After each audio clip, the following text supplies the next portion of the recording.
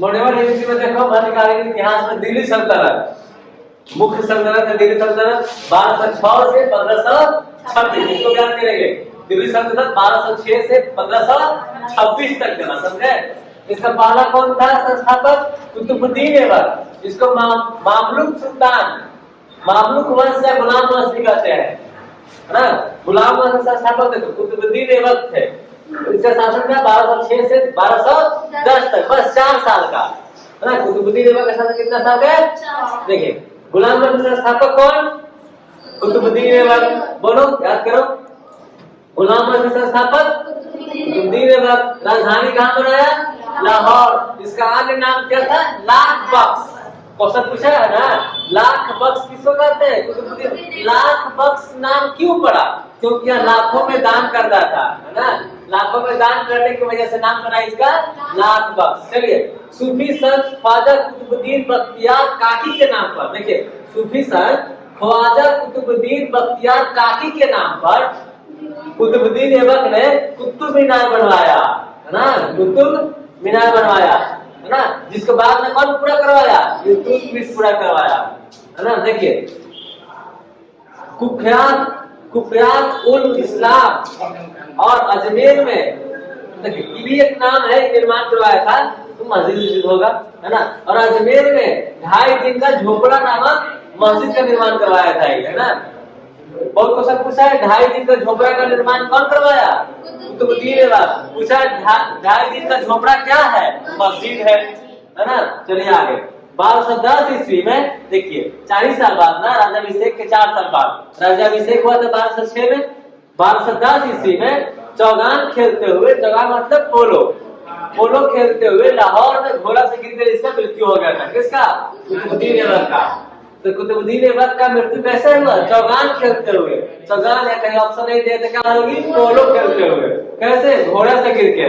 Question यही पूछ दिया था बहुत बार कि घोड़ा से गिर के हुआ कि गधा से गिर के हुआ? किससे हुआ? घोड़ा से गिर के, ठीक है ना। देखो इसका पुत्र था आराम शाह। कौन था पुत्र? आराम शाह शासक बना, लेकिन इसको पदस्थ करके, इसको पद से हटा के इल्तुतमिश शासन बना। इल्तुतमिश शासक बना, समझे। इल्तुतमिश राजगद्दी पर कब बैठा? 1211 ईस्वी में, है ना। 1211 से 1236 तक रहा। इल्तुतमिश कौन था? एक युद्ध में, कौन युद्ध? अनहिलवार युद्ध में इल्तुतमिश को हरा दिया था कुतुबुद्दीन ऐबक, और अपना गुलाम बना लिया था। किसको? इल्तुतमिश को। बाद में दामाद बना लिया, समझे। तो ऐबक का गुलाम था और बाद में क्या बना? दामाद है ना। इल्तुतमिश कौन था? ऐबक का गुलाम था। या फिर क्या पूछेगा, ऑप्शन देगा तो क्या मालूम? दामाद था, ठीक है ना। इल्तुतमिश शमसी वंश का था। किस वंश का था? इसके वंश का नहीं ना था, से हारा था ना, शमसी वंश का था, समझे। एवं इल्बारी तुर्क था, तो बता इल्बारी तुर्क। इसका राजधानी कहाँ बनाया अपना? दिल्ली। इसका राजधानी लाहौर था, ये अपना राजधानी कहाँ बनाया? दिल्ली। और यह अपने नाम का सिक्का भी चलवाया था। कौन? इल्तुतमिश। इसने इक्ता, बहुत इंपॉर्टेंट है इक्ता, इक्ता व्यवस्था शुरू किया। होता है भूमि के बंटवारा का व्यवस्था, इक्ता व्यवस्था शुरू किया इल्तुतमिश। इक्ता व्यवस्था कौन शुरू किया? इल्तुतमिश। देखिए 1226 ईस्वी में बंगाल को हरा के बंगाल को दिल्ली सल्तनत में मिला दिया था ये इल्तुतमिश, है ना। उसी समय इक्ता व्यवस्था का शुरुआत किया था। 1226 ईस्वी में रणथंभौर पर विजय प्राप्त किया था इल्तुतमिश, 1226 ईस्वी में, है ना। दरबारी कवि कौन थे इल्तुतमिश का? मिनहाज उस सिराज, मिनहाज उस सिराज। इसके बाद हम रजिया सुल्तान बनेंगे, दिल्ली सल्तनत की इकलौती महिला शासिका। चलिए आगे। दिल्ली सल्तनत का देखिए शासिका, महिला शासिका रजिया सुल्तान, है ना। तो रजिया सुल्तान बहुत क्या फेमस हो गई? कैसे? दिल्ली सुल्तान की एकमात्र शासिका थी, महिला शासिका, है ना। रजिया सुल्तान एकमात्र शासिका बनी दिल्ली सल्तनत का। यह प्रथम तुर्क महिला शासिका भी थी। और क्वेश्चन पूछ दिया, प्रथम तुर्क महिला शासिका कौन? रजिया सुल्तान। यह पहली बार पर्दा त्याग कर कोट और कुल्ला, कोट और गुलाम पहनना स्टार्ट, गुलाम मतलब टोपी, कोट और टोपी पहनना स्टार्ट की। कौन?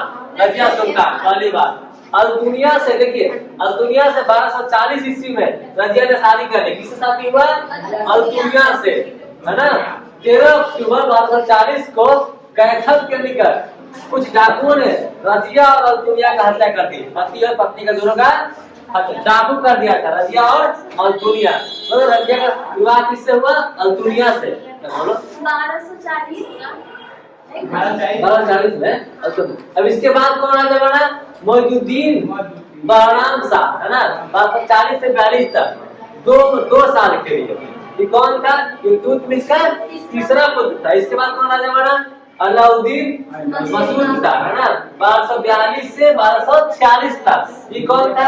इल्तुतमिश के पुत्र फिरोज शाह का पुत्र था, मतलब इल्तुतमिश का पोता हुआ। इसके बाद कौन बना?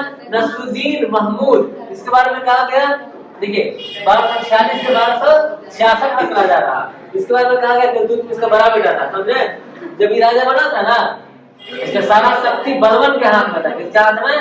बलवन। बलवन को ही उल्लूक खां का उपाधि दिया था।